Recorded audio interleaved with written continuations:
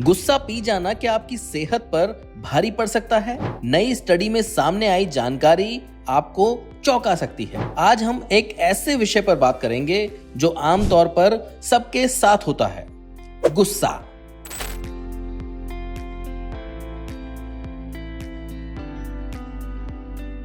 इंसान की जिंदगी में इमोशंस होते हैं और उन्हीं इमोशंस में गुस्सा भी होता है।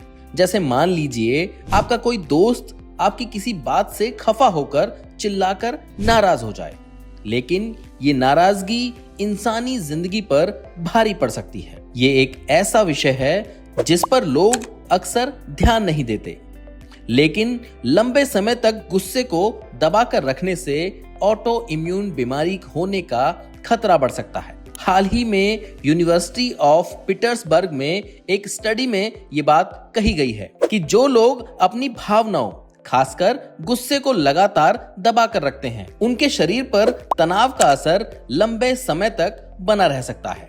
हालांकि ये समझना बहुत जरूरी है कि इस स्टडी में सिर्फ एक संबंध देखा गया है। ये साबित नहीं हुआ है कि गुस्सा दबाने से सीधे ऑटो इम्यून बीमारी हो जाती है। सबसे पहले समझते हैं कि ऑटो इम्यून बीमारी होती क्या है। सामान्य तौर पर हमारा इम्यून सिस्टम हमें वायरस और बैक्टीरिया से बचाता है, लेकिन कुछ स्थितियों में ये इम्यून सिस्टम गलती से शरीर की स्वस्थ कोशिकाओं पर हमला करने लगता है। इसी स्थिति को ऑटो इम्यून डिजीज कहा जाता है। रोमेटॉइड आर्थराइटिस, ल्यूपस और मल्टीपल स्क्लेरोसिस जैसी बीमारियां इसके उदाहरण हैं।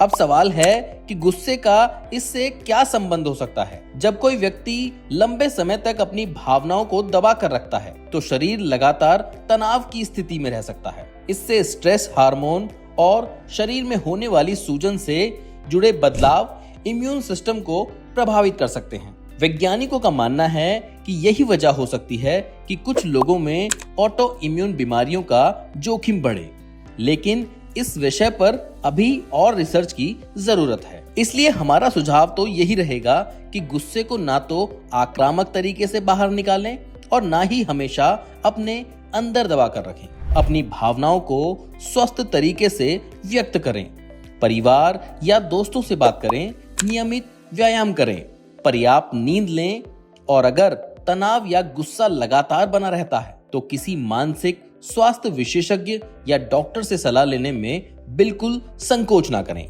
गुस्सा दबाने से ऑटो इम्यून बीमारी हो जाएगी, ऐसा कहना सही नहीं होगा, लेकिन लगातार तनाव और भावनाओं को दबाकर रखना आपकी मानसिक और शारीरिक सेहत दोनों पर असर डाल सकता है। लेकिन लगातार तनाव और भावनाओं को दबाकर रखना आपकी मानसिक और शारीरिक सेहत दोनों पर दबाव डाल सकता है। इसलिए अपनी भावनाओं का ध्यान रखें, स्वस्थ जीवन शैली अपनाएं और किसी भी स्वास्थ्य समस्या के लक्षण दिखें तो समय पर डॉक्टर से सलाह जरूर लें।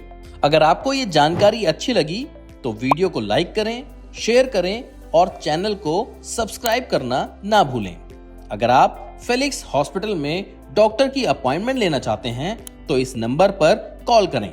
हेल्थ से जुड़ी ऐसी कई और जानकारी के लिए फेलिक्स हॉस्पिटल के यूट्यूब चैनल को सब्सक्राइब करें और अपने सवाल कमेंट बॉक्स के जरिए हम तक पहुंचाएं। और डॉक्टर की अपॉइंटमेंट के लिए दिए गए नंबर 9810455953 पर संपर्क करें।